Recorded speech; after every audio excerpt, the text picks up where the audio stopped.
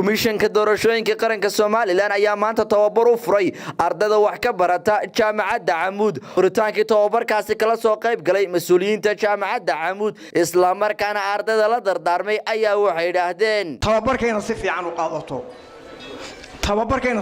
qaadato koow inaan habsaamin saacada la inoogu tala galay inaan ka habsaamin thaniyan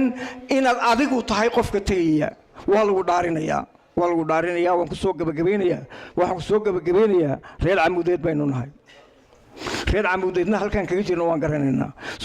maalinta iyo arday judge of the day cid kale judge kama aha ilaah bacd allah idinka mooyaane kama aha cid kale marka maalinta meesha dalka xukuntaan si fiican oo la mahadiyo oo aan sida imka faraha la isku fiiqayahay taawga dalkiina la isku dirina waa garsoor fiican baynu rabaan oo xaqaaniin rabnaa marka waa wixii Amuud looga bartay doorasho xalaala oo xor ah baynu rabnaa waajibaadka in baynu leenahay inna waalina la leeyahay inagu inta aynu leenahay ayaa la rabaa in laga soo baxo waana inta ugu muhiimsan geestooda waxa ayaguna halkaasi ardayda kala hadlay isla markaana la dardaarmay mas'uuliyiinta ka socday Komishanka Doorashooyinka Qaranka waxayna tilmaameen kaarka komishanka iyo kaarka Jaamacadda Amuud baad siinaysaa Jaamacadda Amuud waxa uu tahay ambassador baad u tahay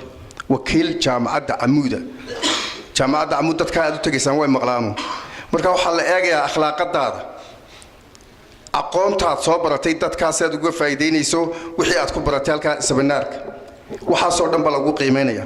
aynu xilliga tababarada aynu ku jirno casharada macallimiintu ay bixinayaan aynu u dhug yeelano aynu dhooxno inta la joogtaan ceeb ma aha waxa fahmi weydaan inaad maamulka weydiisaan waxaan u baahanahay in dhacdo doorasho xor ah oo xalaal ah oo qof iyo hal cod ah taa cid hirgelin karaysa waa intiinan hor fadhida iyo inta maqal la midka ah qof walba lebanka halka ugu wanaagsan ka saar qof walba isku day inaad cadaalad sugto qof walba isku day inaanad xisbiyada iyo murashaxiinta tartamaya midna